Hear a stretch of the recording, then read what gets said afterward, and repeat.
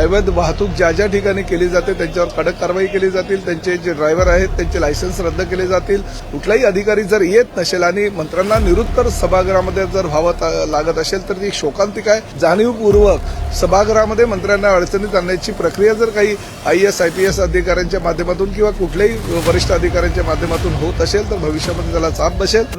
राज्यामध्ये गेल्या अनेक वर्षापासून ही अवैध वाहतूक चालू आहे। RTOच्या माध्यमातून अनेक वेळा त्यांच्यावर कारवाई केली जाते, परंतु कारवाई केलेली असताना सुद्धा थोड्या वेळासाठी ते अवैध वाहतूक बंद ठेवतात, पण नंतर मात्र फार मोठ्या प्रमाणामध्ये ती वाहतूक होत असल्याकारणानं अनेक प्रवाशांचा जीव सुद्धा धोक्यात गेल्याच्या अनेक घटना आमच्याकडे आलेल्या आहेत। तशा तक्रारी आमच्याकडे प्राप्त झालेल्या आणि प्रामुख्याने SD महामंडळ जे हे राज्य शासनाचं एक महामंडळ आहे आणि सर्वसामान्य गोरगरीब जनतेला ही सुविधा पुरवत असताना SD महामंडळाच्या रोजचा जो खर्च आहे तो खर्च सुद्धा फार मोठ्या प्रमाणात वाढत चाललेला आहे, परंतु प्रवासी संख्या कमी होत चाललेली आणि ह्या अवैध वाहतूक होत असलेल्या बसेसमधनं ती प्रवासी वाहतूक होत असल्याकारणानं SD महामंडळाच्या उत्पन्नावर फार मोठ्या प्रमाणात परिणाम झालेला आहे। याची दखल प्रशासनानं आणि प्रामुख्यानं मंत्री या नात्यानं मी घेतलेली आहे आणि कालच या बैठकीमध्ये निर्णय असा झाला की उद्यापासून म्हणजे 1 मार्चपासून राज्यामध्ये जवळजवळ 1 महिना ह्या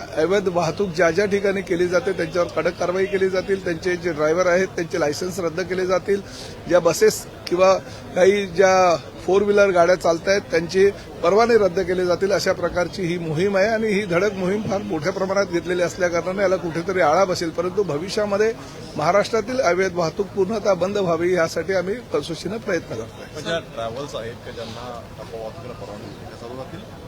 हे बिलकुल चालू राहणार नाही। ज्या परवानग्या दिलेल्या आहेत त्या गाड्यांव्यतिरिक्त दुसऱ्या कुठल्याही गाड्या चालू राहणार नाही आणि प्रत्येक जिल्ह्याच्या प्रत्येक तालुका पातळीवरच्या आम्ही आमच्या अधिकाऱ्यांना तशा सूचना केलेल्या आणि 1 मार्चपासूनच त्यावर कारवाई करण्याच्या सूचना केलेल्या आहेत आणि 100% यावर फार मोठ्या प्रमाणात कारवाई केल्यामुळे आळा बसण्याची शक्यता नाकारता येईल। सर, राज्यात पोलीस भरती वेगवेगळ्या जिल्ह्यांमध्ये सुरू आहे। मीरा भाईंदरमधला एक व्हिडिओ व्हायरल होतोय। लोकशाही मराठीने ही परिस्थिती देखील समोर आणलेली आहे की मोठ्या संख्येने ज्या महिला उमेदवार आल्या आहेत, मुली आलेल्या आहेत, त्यांना रस्त्यावरती रात्रभर वेळ काढावा लागतो। तुम्ही तिथले आमदारही आहात, काय एकंदरीत यासाठी व्यवस्था निर्माण? आजच आता सकाळी मी अनेक वृत्तवाहिन्या आणि वृत्तपत्रांच्या माध्यमातून ते बातम्या बघितल्या, वाचल्या, ऐकल्या आणि त्याचबरोबर सोशल मीडियाच्या माध्यमातून सुद्धा राज्य शासनाच्या गृह खात्याची बदनामी करणाऱ्या अनेक YouTube चॅनलनी त्या बातम्या सोशल मीडियावर टाकलेल्या असल्याकारणाने त्याची गंभीर दखल राज्याचा परिवहन मंत्री व मीरा भाईंदर शहराचा आमदार ह्या नात्याने मी घेतलीच। मी महानगरपालिकेच्या आयुक्तांना कडक सूचना केल्या की जवळजवळ 2,500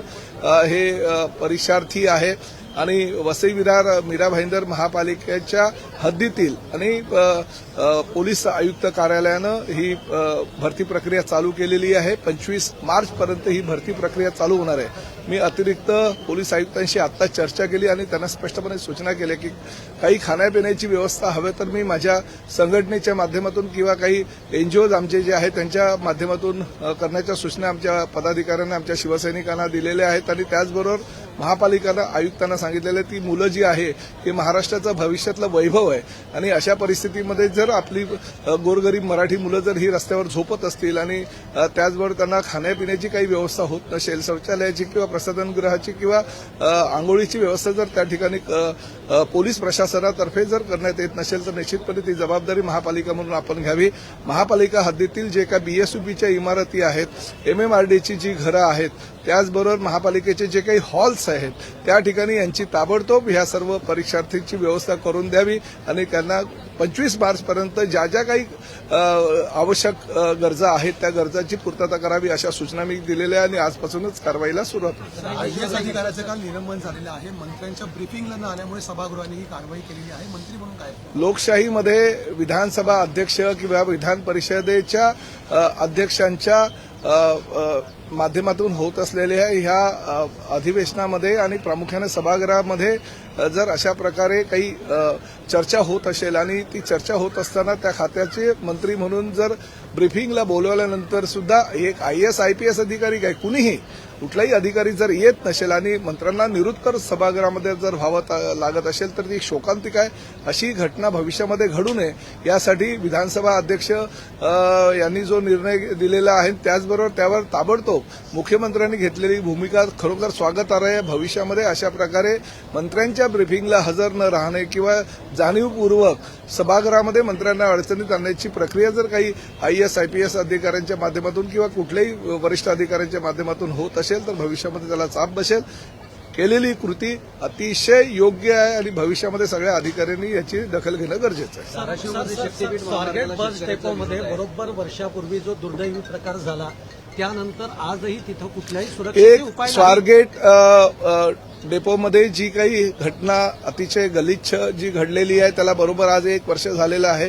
काही वृत्तवाहिन्यांनी त्याचे रिपोर्ट तयार केलेले आहेत. काही वृत्तवाहिन्यांच्या प्रतिनिधींनी काल रात्री त्या ठिकाणी जाऊन चित्रीकरण सुद्धा गेलेलं आहे आणि त्यामुळे स्वारगेट प्रकरण झाल्यानंतर त्या खात्याचा मंत्री म्हणून मी जाऊन ताबडतोब चौकशी केली. तेथील जे अधिकारी होते ज्यांनी हयगय केली त्या कर्मचाऱ्यांना आणि अधिकाऱ्यांना मी निलंबित सुद्धा केलं होतं. परंतु तरी सुद्धा जर अशीच परिस्थिती वर्षभरानंतर सुद्धा ह्या स्वारगेट डेपोची होत असेल किंवा राज्यातील कुठल्याही डेपोची जर अशी परिस्थिती होत असेल निश्चितच भूषणावह नाहीये. कारण मी स्वतः बघितलं काही चॅनलच्या माध्यमातून काही महिला प्रतिनिधी जेव्हा चॅनलला बातमी देत होत्या तेव्हा रात्री 1:31 मिनिट 1:45 2:10 ह्या वेळेस सुद्धा बसेस सताड उघड्या होत्या आणि त्यामध्ये काही जर चुकीचे घटना घडले तर त्याला जबाबदार सुद्धा राज्य शासन किंवा परिवहन खातं म्हणून आम्हीच असणार होतो. आणि एखाद्या कर्मचाऱ्यांवर अधिकाऱ्यांवर जर कारवाई केल्यानंतर सुद्धा ती घटनांची पुनरावृत्ती परत होत असेल तर निश्चितच याबाबतीत कठोर कारवाई केली जाईल. मी एसटी महामंडळाचे उपाध्यक्ष MD जे आहेत त्याला सूचना केलेल्या आहेत. ती माहिती मी घेतोय आणि जर अशा प्रकारे कोणी जर त्या परिस्थितीची दखल घेत नसेल तर त्यांच्यावर कडक कारवाई करण्याच्या सूचना मी दिलेल्या आहेत. अशाच नवनवीन अपडेट्ससाठी डिजिटल कोल्हापूर चॅनेलला सबस्क्राईब करायला विसरू नका.